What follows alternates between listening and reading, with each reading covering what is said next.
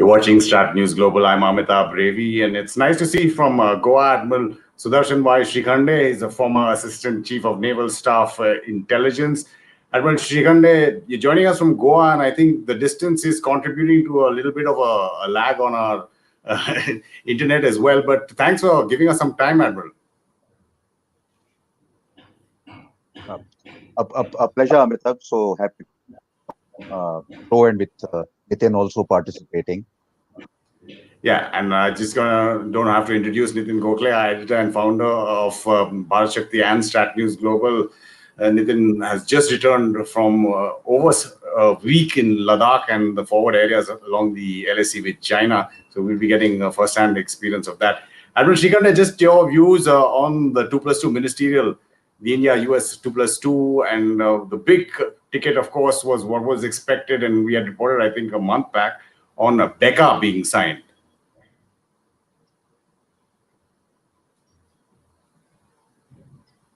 Yes, I think it has the Indo-U.S. relationship has come to a takeoff point in many ways, but it is also a culmination in many ways of a lot of work that has perhaps in the last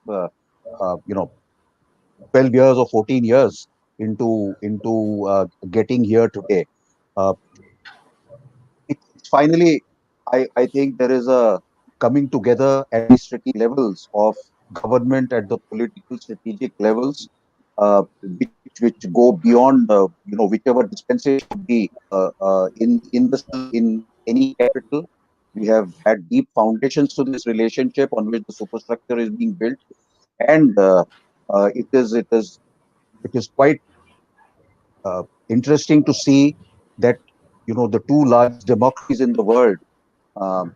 And two very powerful democracies, one of course a global power, and India as a very major regional power, a large democracy, the world's most populous democracy, coming together at a very unfortunate time for mankind itself.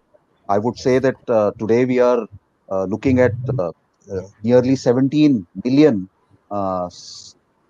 people in the US and India combined affected by COVID. And which can be traced. Sure. The infections can be traced to something that happened in the world's most populous totalitarian system, China. And there are many concerns about China, including the global economic impact and the time at which both democracies now join hand to counterbalance China, I think, is possibly the biggest takeaway from the 2+2, and that's why I call it in many ways the culmination of 12 years of this relationship, but also probably the takeoff point for a whole lot of other things that also happen. Right, we are already getting questions and comments. Nitin, super sticker, Anurag Bari has put up.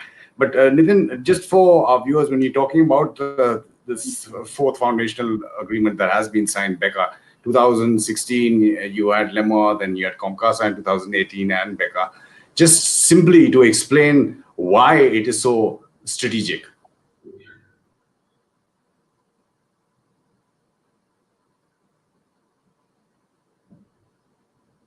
No, I think, yeah, we can hear you now. Okay. So I'm saying it's, first of all, it's important to note that while it took almost 60 plus years to have one agreement in the period before 2016, between 2016 and 20 now, in 4 years, we've signed 3 major foundational agreements between India and the US. Although the defense agreement or the defense framework partnership began as early as 2005, it has taken that much time. So in many ways, this is a significant landmark in Indo-US relations because now the major defense partnership is truly complete. What it means for people who are uninitiated is that it gives complete interoperability to Indian and American forces in terms of secure communication, getting real-time information, intelligence, digital maps, also intercepts, in case we want from the Americans about the naval movements of the plan, the PLA Navy, or even the troops moving in Saigon. All that can happen in real time, and there will be no hesitation from the American side to share this, because now the agreements are in place. Earlier, it used to be on a case-to-case basis. Whatever the Americans thought is good to give or to share, they used to give. In this case, the hesitation would have gone in terms of defense cooperation. And now that the Americans have placed one liaison officer at the IFC IOR, Yeah. the Fusion Center in Gurgaon for the Indian Ocean region, India has placed a liaison officer at the NAVCENT Bahrain. in Bahrain, which means again, a lot of intelligence flows in real time. Operations become that much more accurate. And as somebody who's watched the hesitation in the Indian government between 2004 and 2014, this is something that I think the Indian Armed Forces would welcome very much, and it would worry a common adversary, China. And therefore, Hmm. this is something that India needed to do and has been done without any hesitation.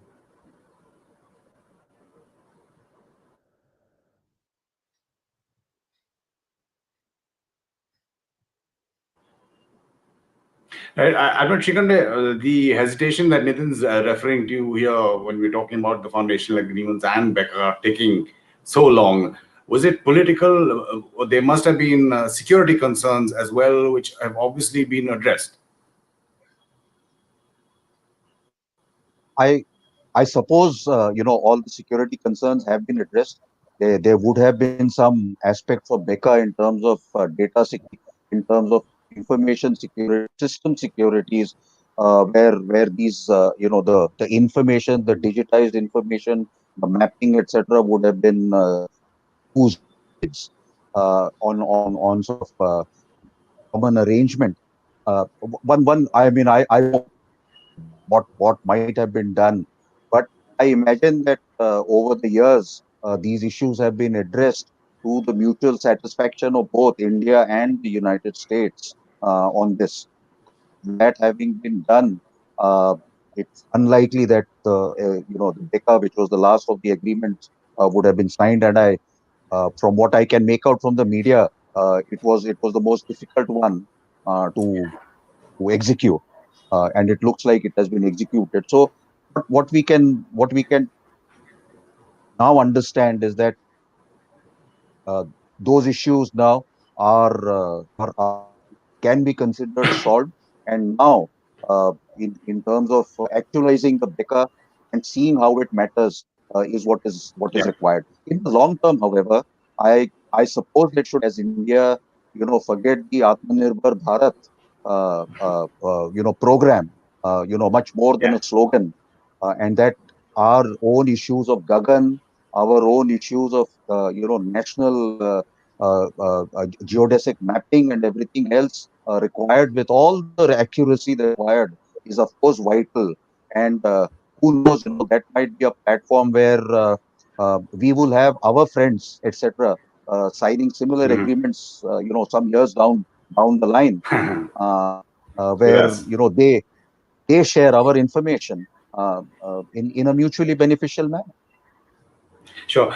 2 points, Nitin, I'll bring I up don't think related to what Admiral Shrikhande was saying. Akshay Falgunia asks whether Becca is really needed, and as India has quite good satellites for spatial mapping of the South Asia and China region. That's one question that has come in. And there's another one. Could this level of defense cooperation turn out to be a loss of sovereign decisions in case Americans try to arm twist us for their technology, intelligence? Is it still a relevant question? That's from Shubham. Nitin? Yes, so let me take the second question first, Shubham's question.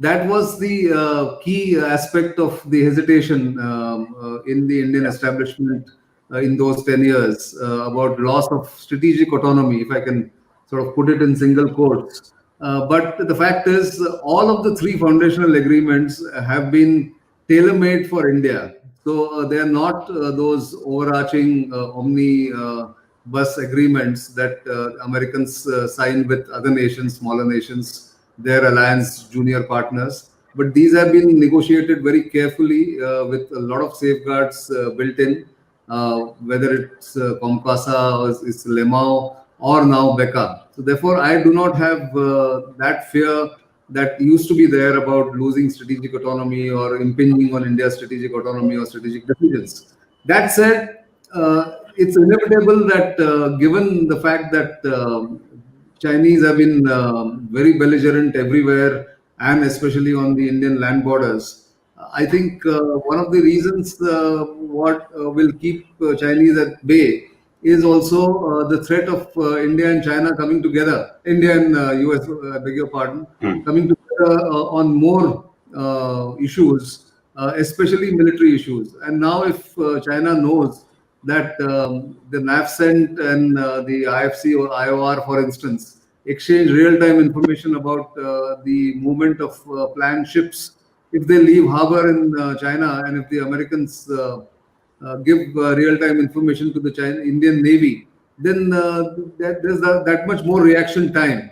So I think we shouldn't see it only from the point of view of whether we are losing strategic autonomy or not, but also look at the changed geopolitical reality.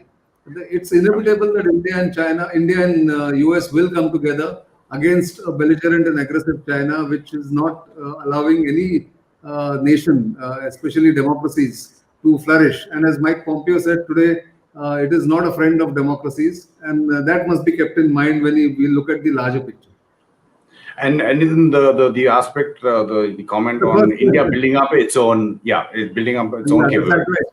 India is building up its own satellite strength. It has good coverage, but there is no harm in having additional inputs coming from the Americans. And let's not forget the Americans dominate these aspects of intelligence, these aspects of satellite coverage, especially military satellites. And more the merrier. I mean, India will get there one day, but at the moment, if we get real-time information and also get some intercepts and also get real-time images about movement of Chinese troops, especially on the land border, it's not something that India will not welcome. And therefore, I think we'll have to bide our time. We are building our satellite strength, but that's some time away from being equivalent to what the Americans possess. Point. Admiral, when you talk about the 2+2, and we saw the ministerial, this is the third, I beg your pardon, ministerial meet at that level between Mike Pompeo, Mike Esper, Rajnath Singh, and Dr. Jaishankar. And you're seeing those pictures of that meeting. He also did, of course, meet the Prime Minister and National Security Advisor Ajit Doval, among other officials. The Americans always use the C word, China, CCP, PLA. You have to read between the lines in Indian statements, whether they are written or the spoken statements that came out. But Indo-Pacific and the centrality of ASEAN is talked about a lot. Is it just talk, or are you seeing movement in actually building up a force, a credible force that could, if not punish China, or at least make China change its behavior if it crosses red lines? Yes, Amitabh, I would say that in the last 10 years or maybe longer, it has been China that has successfully managed to change everybody's behavior to themselves. They have dictated in many ways how corporations behave, how the media in so many places can behave in their favor, how political factions within other nations can behave towards China. And it's time now, I think, to return that compliment by coming together. There are fundamental incompatibilities between the way China deals with the world and the world deals with itself uh, uh, in terms of democratic values, rule of law, etc., etc. So yes, the Indo-Pacific as a canvas on which the oceans matter, and likewise the people and nations that exist in this canvas of Indo-Pacific. It's all land and sea and air combined. So as Nitin was mentioning, the coming together of two large democracies is very, very significant. and in terms of the Indo-Pacific itself, in the maritime domain, much more needs and can be done in terms of actualizing the issue of the very idea that even all leaders and at all ministerial meetings, all heads of government meetings between India and the United States and India and ASEAN, as you mentioned, everywhere we are bringing in the very stressing the freedom of Indo-Pacific, but that cannot remain a term because with what China is doing in the South China Sea, and getting under uh, the skin of so many nations in their own way needs to be countered now. And I think the freedom of the Indo-Pacific needs to be actualized soon. Well, there has been a lot of movement. And I could talk Right? about that at the time. Absolutely. I'll come back to you on that, Admiral. When you're talking about the movement vis-a-vis China, whether it's made clear or not, the Quad meeting in Japan, you've seen Australia being invited for Malabar, the 2+2. They may have all been scheduled before or been looked at, but there has been a speeding up of pace, or at least a perception that it's speeding up. You're seeing pictures there of military exercises, bilateral and trilateral exercises that India and other countries have been holding in the region as well, Nitin. Yes, in fact, the Quad decision was long awaited. It was much expected, and I think it's the right time to bring in Australia. Some strategic analyst's word, and he will remain nameless for the moment. He says we have punished Australia enough since 2007, and now it was time for them to rejoin Malabar, because what happened in 2007 is well known. That is now far behind us, and I think the geopolitical situation has changed, and we must acknowledge it. And I think Australia is a keen partner. So is Japan and United States, and I think that does rile China to sort of keep a watch, if nothing else, on the Indo-Pacific. But PASEX exercises, India did something with even the U.S. Navy. I think the aircraft carrier Nimitz passed through the 6-degree channel or the 10-degree channel, and India also joined. Indian ships also joined there. So this will happen. See, exercise Malabar, for instance, has been one of the longest exercises, and India does, I think, more exercises, military exercises across the three services with the United States than any other country. And that's a reality that we cannot ignore.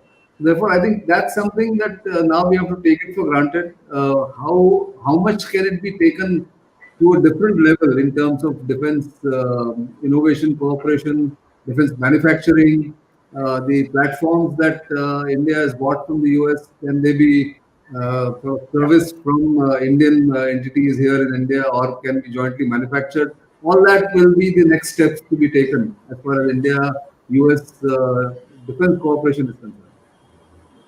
Admiral, I'll just add in a viewer, Adam Jason, who says, can we extend the Andaman and Nicobar Command as a hub of Quad and the Indo-Pacific Ops Center? When you're saying that it should not be just lip service, do you see the speeding up of the Quad to actually having a physical headquarters as well? And should it be at the Andaman and Nicobar, considering its strategic location facing the mouth of Malacca?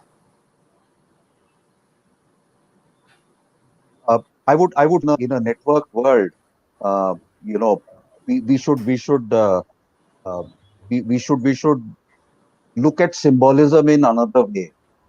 We need to look at substance, and in a network world where networks of armed forces within that country and in a coalition network are required with other nations, other partners, and Quad can also expand, beyond the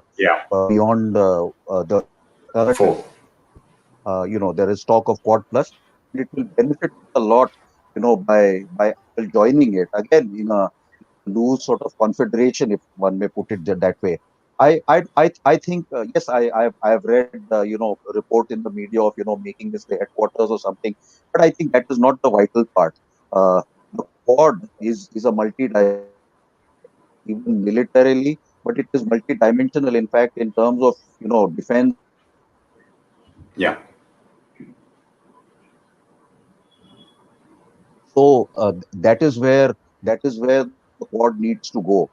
Where the secretariat comes up, where do the the military compatibilities where they are headquarters, I think, are smaller issues that are best addressed by issues of efficiency and efficacy rather than the symbolism of having them in Andaman, Nicobar, etc. That said, the Andaman, Nicobars, and all islands remain geostrategically very vital, and a lot is being done about them. But they are an integral part of India, nationally, strategically, and therefore they are an integral part of both defensive strategic capabilities and what is called active defense, the active part of the defense strategy of India. So we have to look at Andaman Nicobar that way, rather than in isolation, rather than in standalone mode, as seems to be what a few people might be thinking about. It's integral to everything. Andamans are important.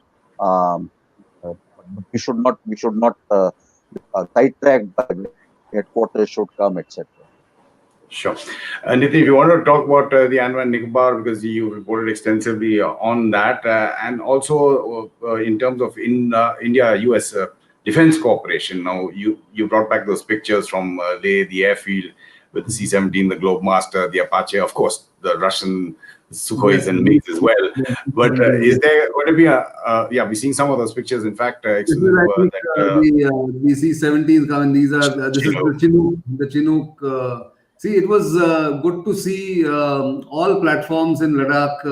Three American platforms. This is the Apache. There was the Chinook. There was the C-17 Globemaster, and then there was the IL-76 and Mi-17 and Cheetahs, all operating from the same airbase.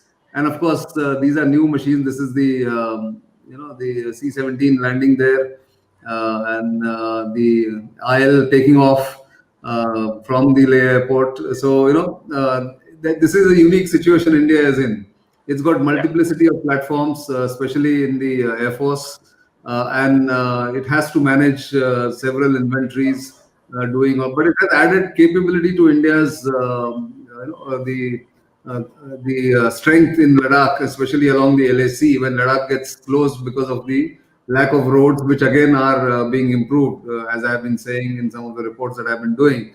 But C-17, IL-76, AN-32s, they bring in huge capability in terms of transportation, in terms of moving forces, in terms of moving supplies. And of course, Chinook is also another heavy lift helicopter that the US has given to India, has been bought from US by India. So therefore, I think this brings in an additional capacity which did not exist even 10 years ago.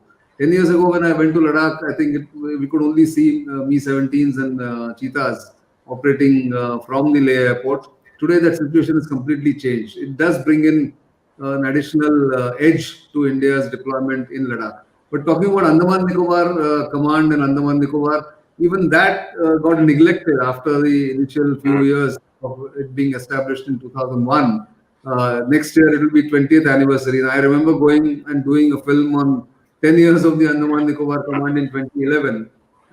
Things were not really good because services, all the three service headquarters, were loath to give loan out equipment and platforms and personnel to the real tri-service command.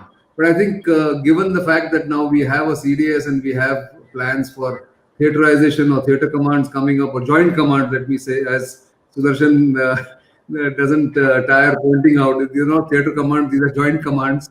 And therefore, I think it's time that Andaman Nicobar Command also gets that kind of leg up for the more assets being given there, more facilities are coming up, more infrastructure is coming up. We already have a submarine cable going there for telecom. So I think overall India is doing quite well. It needs to pick up the pace in terms of infrastructure, in terms of getting its plans right. And I think the China challenge can be met in the long run. But yes, in the short run, there is the challenge that India has to face. Now, bringing together many of the points that you brought up, Nitin, the China challenge, the Andaman and Nicobar Islands, American platforms, and foundational agreements. Admiral Shrikhande, a recent development over the last few weeks, when for the first time an American Poseidon P-8A landed in the Andaman and Nicobar Islands and was refueled, partly also because of, I presume, LEMOA. Do you see that kind of cooperation increasing? And tell us a little bit more about how those platforms are crucial, and if they are able to operate from the Andaman and Nicobar Islands, their reach in terms of what they can scout for the Chinese submarines.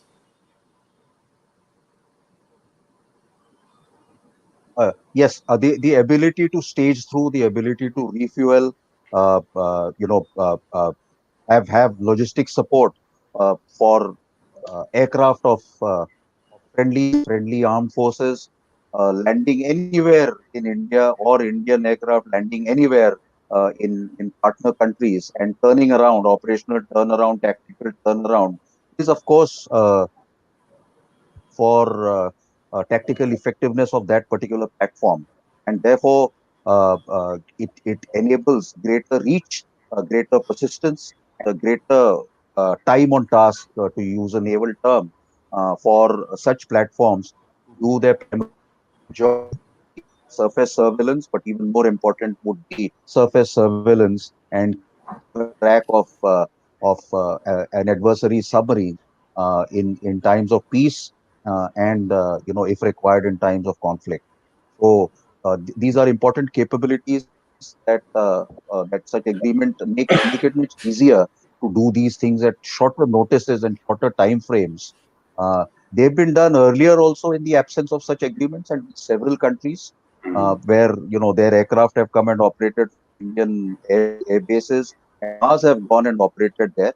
Now such agreements simply make it easier. It's almost like how should I put it? Carrying a credit card or a debit card, and settling accounts immediately, in a manner of speaking. So certainly efficiencies come in from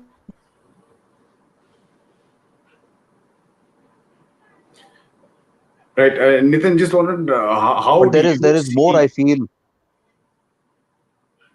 Yeah, we're having a little bit of trouble with the line there, but just towards the end, Nitin, how do you see China reacting to all these developments? As you pointed out, they're very riled with the Quad, calling it possible Asian NATO, and just foam on the sea, which will disappear.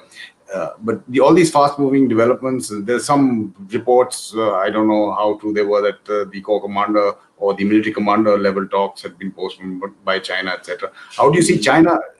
That's incorrect, right? I can see you shaking your Yeah. head then. No, I think that's still in the works. We don't know when it will happen, but I don't think it's been cancelled because of the 2+2. China is not such a immature country. I mean, it's a big country. It certainly gets. It's very touchy. It's very thin-skinned, as we know ourselves. With small criticism, they do get riled. But the fact is that they will watch it very carefully. They will also know that India is not in a hurry to really go into the US camp as a junior partner. They understand India will continue to retain its own independent, autonomous policy as far as China and other neighbors are concerned, and therefore I think they will react maturely. I hope so, at least. But going by what they've done in the past 3 weeks or so, I think they will not react vehemently or angrily at what has happened, because this was inevitable. This was in the public domain. But what I'm more interested in to share here is that with this BECA coming in and all the other agreements in place, high-end platforms like the Predator, which the Americans have, should be easier to come in as far as India is concerned. They are expensive platforms, but they're also very vital for India's surveillance and, of course, ISR capabilities in around its shores, or in the oceans that India commands its influence. Also, it could be helpful because all the three services are going to take 10 each of the Predators, 30 of them. Will be useful given what China is doing on the land borders as well as in the maritime domain. I think these are the platforms that will make it easier after these foundational agreements, especially after BECA. And I think that's a plus that India must be looking at and should look at going forward. Admiral Shrikhande, lots of pluses that should be look forward to, but what are the negatives? What do we have to be prepared, and what does the world have to be prepared for in terms of Chinese reaction? Because so far they don't seem to care for any kind of moves. Yes, I'll, taking forward from what Nitin was mentioning, China practically leaves nothing uncommented, nothing uncontested, and nothing countered in terms of diplomacy. They target all everything and everybody. Sometimes they choose to remain silent, an odd thing has a muted response. So we have to now look at some issues more broadly, and uh, I would say that the hesitation that in terms of Indian statecraft, and not only Indian, from many nations, about naming names is, I think, reducing. Um uh, I would have felt happier if at the end of the Quad ministerial meetings, we had not sort of been uh, vague about naming China, because China sees China being named in everything we do, except that we don't, we, or many nations don't name China. So it is not helpful, but it gives clarity of thought, that a lot of these moves are actually to, as you mentioned yourself, to change China's behavior by providing us a deterrence to China doing more of it, as it has, and now to roll back some of these issues. So therefore, even the very idea of freedom of the Indo-Pacific has to be Yeah. actualized a little more by all nations, and not only Quad, including the ASEAN itself. And with the very idea of sort of, we talk about freedom of navigation, but today what China is doing in the South China Sea and East China Sea, creating land in terms of making outlandish and illegal claims, is really not different from the claims that they have on Indian land across the Himalayas. Uh, it is not fundamentally different, although in terms of details, because these are the high seas, it can the details are different, but the principles are not all that Yeah. different. And therefore, India has taken a very strong stand across the land borders, on transgressions, on intrusions or fighting, and we are poised to do whatever becomes necessary in time to come. But likewise, along the maritime issues, that Indo-China Sea, etc., we need to also think of uh, doing what are called FONOPs, freedom of navigation operations, which are Yeah. fundamentally uh, other nations telling China that we do not recognize your claims, your territorial claims, which amongst other things fundamentally mean that by claiming some land there, they're claiming territorial waters around it, and someday they will claim the exclusive economic zones, to the detriment of directly to many of the other ASEAN countries, but indirectly to countries like India, which also use that area. So, uh, as I mentioned, I think sometime back, China has managed to get under the skins of so many nations. Um, we can also get under their skin in the South China Sea by engaging in some aspect of freedom of navigation operations. As I mentioned elsewhere, I do not know what government stand on this is, the Indian Navy stand on this is, but Yep. by sailing, within 10 miles, without paying any heed to any Chinese objections that might come, we are indicating to China that just like some of our fingers in along Pangong So belong to India, and they cannot simply be claimed by China. We are also telling China at sea that we do not recognize your claims here. The rest does not recognize your claims here. They are untenable as UNCLOS 1982, and Mm. therefore we are sailing without you know uh, any any cognizance of your claims. That is freedom of navigation operations. Uh, Currently, the United States does it a lot more than they have done in they have done a lot more, I would say, last 3 years than they have done in the past, and principally more navies, including regional navies in that region itself, probably need to step up the pressure on China, so that we don't come to a stage where conflict seems to be the most option or the more attractive countermeasure for anybody. So that Right. is how I would like to Admiral, suggest we participate a little more. right. Admiral Shrikhande, Nitin, I think the last point that he's making, maybe we could have another show where we explore that a little bit more, India's capability of doing that in the South China Sea. But Admiral Shrikhande, absolute pleasure having you on the show. Thank you so much for your time. Thank you very much. A pleasure. Thank you. And thanks to Nitin Gokhale as well. We do apologize for any network issues. Those are completely out of our control there. But if you do like our kind of journalism, do go onto our website and support us. You've been watching StratNews Global. I'm Amitabh, Revi. Thank you. Bye. Thank you.